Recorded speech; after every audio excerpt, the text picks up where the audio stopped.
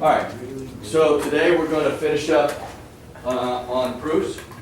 The first thing I'm going to pass out to you is this handout, and this handout basically just says, why study proofs?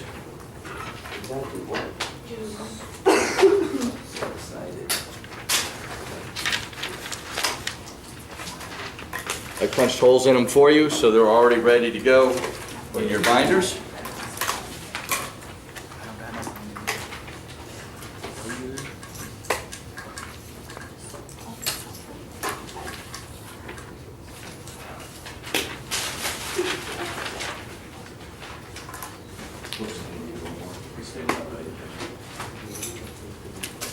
Have a seat, Mr. Caden. Caden, I've already talked to you once before about doing that. I want you to stop. If you do it again, I'm going to write you up, just so you know. Fair warning. I like fair warnings, right? Warned you once, second warning, next time I'm going to be writing you up. All right. So why study proofs? Why study proofs? So proofs you will need, you're going to need them every day, more than likely, without even knowing. Okay? Geometry is logical, and it teaches you how to think and prove things that are step by step. Okay? Step by step. Proofs are excellent lessons in reasoning. Without logic and reasoning, you are dependent on jumping to conclusions, or worse, having empty opinions. If you remember yesterday when we started talking about proofs, we talked about baseball players, right? And we said, who's the best baseball player? And we talked about how do you prove that to your friend when you're having an argument or discussion about who's the best baseball player. And I said, you can't just go, cuz, right? Because he is. Because I think he is. He probably is. So instead I said you had to use what? Batting averages, statistics, right? Base running statistics, error statistics, home run statistics, all those things, right? All those things come into play to determine whether or not a baseball player is better than another. You don't still take their word for it, okay? So why study proofs? These are the kinds of things you're going to use all the time. So when you go to college, you're going to have to decide on a career. And hopefully you're looking at more than one, and you lay it out on a piece of paper. Why would I want to choose one over there? You might have more than one interest. Why would I want to be a veterinarian over being a doctor? Okay? You have to lay it out. Draw conclusions. Write down the pros and the cons, the things that you like about it, the things you don't like about it, and then make your decision based on that. But not just that, but then also you have to look at, all right, how many years do I have to go to school to be a veterinarian? How many years do I have to go to school to be a doctor? How much is it going to cost me to be a veterinarian? How much do I make when I become a veterinarian? How much is it going to cost me to be a doctor? How much do I make once I am a doctor? What kind of doctor am I going to be? Would I rather work with people, or would I rather work with animals? If I'm not a people person, maybe I want to be a veterinarian. So all those factors you have to put into play to determine your career. Okay? In addition to that, when you decide on classes for college, because you're going to have to make those decisions too. You have to decide on what classes you're going to take and when. You certainly don't want to take all your hard classes during the same semester. You want to kind of spread them out, right? But you always want to make sure you have a plan to decide which classes you're going to take and when you're going to take them. Some classes may be really difficult to get into, but it's a have to for your major. You have to take this class for your major. So you may want to try to get into that class each and every semester because it's difficult to get into. So if you don't try each and every semester to get into that class, you may never be able to take that class before you graduate. And you need to take it to graduate. So all those things are factors hopefully you're going to refer to and use logic in order to make those decisions. Don't just make those decisions because you want to make those decisions based on logic, not on feelings or those kinds of things, just because.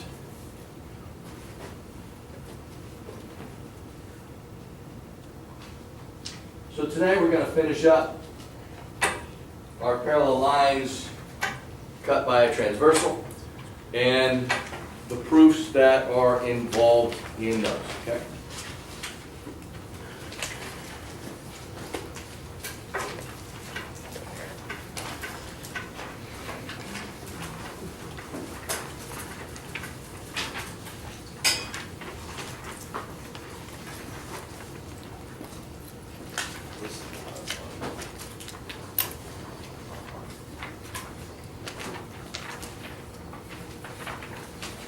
Whoops. Do it again. Sorry.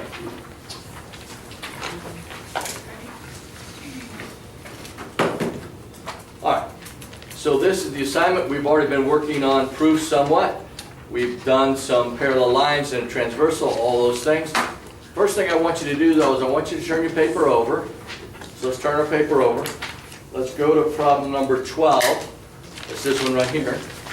And what I want you to do to problem number 12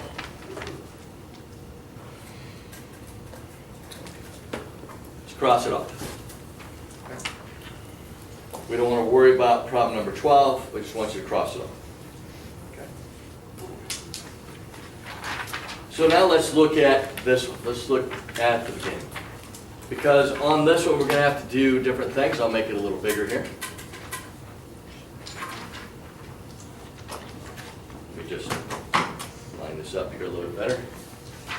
There we go. So if you look at problem number 1, it says state the theorem or postulate that proves that A is parallel to B. So before we do that, what kind of theorems or postulates are we dealing with this week? What are some of the names? Name me one. Corresponding angles. Okay? Give me another. Vertical angles. Give me another one. Supplementary angles. Give me another one. Alternate interior angles. Give me another one. Alternate exterior angles. Are there any more?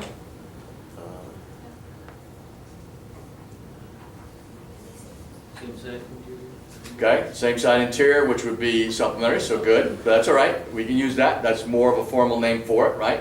Same side interior. Anybody else? Isn't there like a consecutive angle? That's same side interior, but yeah, there it is. It's the same one. So good. Anybody else? What about corresponding angles converse? Did we not talk about that? No. Yeah. Yeah, we talked about that. We even talked about that yesterday. Corresponding angles converse. Remember, we said if two lines are parallel cut by a transversal, then the corresponding angles are congruent. And then we said if we have two angles that are congruent and those angles are corresponding, then the lines are parallel. Okay? That's corresponding angles converse. Then we also have alternate interior angles converse, alternate exterior angles converse, and consecutive angles converse. Okay. So remember, those are converse, right? Corresponding angles converse, alternate exterior angles converse, alternate interior angles converse, and same side interior or consecutive interior angles converse. That means that if those two angles are congruent, then because of that, those lines are parallel. Okay? So if you look at problem number 1, we're trying to prove that angle A is we're trying to prove that line A is parallel to line B. And we have a diagram there. And that diagram has two angles marked the same. They have two angles there marked congruent, the same measurement. What kind of angles are those two angles? They're corresponding angles. So if those two angles are congruent, how are these two lines parallel?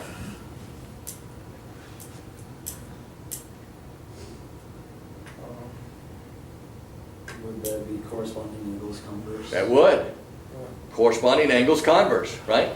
If two angles are congruent and those two angles are corresponding angles, then those two lines are parallel by corresponding angles converse. So you want to write that down. So what is the theorem? Corresponding angles converse. The important thing that you recognize that you're dealing with corresponding angles, right? And then it's just converse because you're trying to prove the lines are parallel. So I'm not going to go through each one of those, but you have 1, 2, 3, 4, 5 different pictures here on this page. And you need to be able to determine what method these lines are parallel by. Okay? All right, look at the bottom two. The bottom two, it asks you to determine the value of x that would make these two lines parallel. Well, I know, again, if these two lines are going to be parallel, these two angles have to be congruent, right? They have to be equal. So same thing with yesterday's assignment. You set both these angles equal to each other, and then you solved for x. You're going to do that here. What is the sign supposed to be? Oh, thank you for reminding me. So this is a plus, and number 8, there's a minus here. Okay, thank you for reminding me. I have that on my paper to make sure and tell you, and I just didn't look over it. Okay, so plus and a minus. Let's turn the paper over.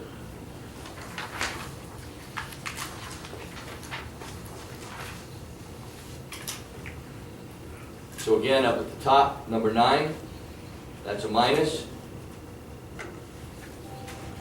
Number 10, that's a minus. Okay. Let's look at number 11, because number 11 is a little tricky. Okay, number 11 is a little tricky. And you could probably do this several different ways. Okay? Several different ways. So it wants to know how to find the value of x so it makes these two lines parallel. But if you look, these two don't have a relationship, do they? They don't have a relationship, no. If this angle was, if 19x was over here, what kind of angles would these be? Corresponding? They would be corresponding, okay? So if this 19x was over here, these would be corresponding. But they're not. What do you know about the relationship between these two angles, 19 and that angle we just talked about? Devin? Did you have your hand up? No. He was yawning with his hand up. Go ahead, Matthew. They're supplementary. What's that mean? 80 equal 180. Okay.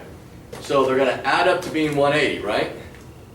So if I want to know the measurement of this angle, what is the measurement of this angle if that one's 19x? Right. 17x? No? Yes, Anthony? 18x? No? Remember, this is 180 together, right?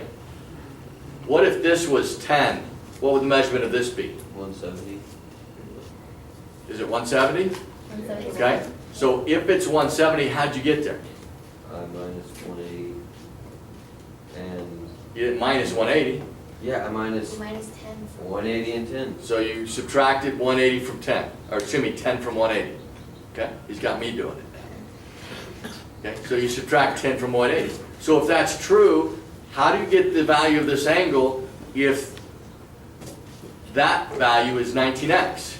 What's this value? 161. what? That's 19x. Or 161x. What did, what, okay. What's x? What'd you do to the 10? You subtracted. You subtracted it. What do you think you're going to do to the 19x? Subtracted. So it's going to be 180 what? Minus 19x. There you go. That's 180 minus 19x. So 180 minus 19x. I told you it was a little bit tricky So right? why does it have to be like that? This is an x? because it's an x, right? It's not 19. We don't know what x is yet. Oh. So it has to be together, right?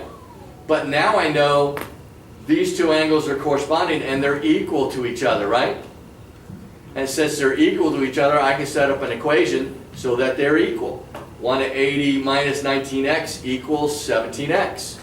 I can move the x's to one side, I can divide by the coefficient of x, and I get the value of x. Okay. Yes? Or, I mean, this will be a little bit quicker, if you just move the 17 up by the 19, and then that'll make them supplementary, and then you can just do. Well, you can't really, you can't move this to here? No, the other side, like, To so here? that they're To here? from there to like right next to the 19x. Move it to because that here? would be No. corresponding angles. Yeah, Move it to here? No, move it to be corresponding. You can do alternate interior, but you Corresponding to this? Yes. It would be here? Set. Go ahead, you come up. I'm just not understanding what you're saying there. Because corresponding to this would be here. 17 corresponding. It's right there to make it supplementary. And then you can just add those up. You could do that? Divide 180. So, yes. So he's saying you could make this 17x, and then these two are going to add together to equal 180. Yeah, you can do that too. Yeah.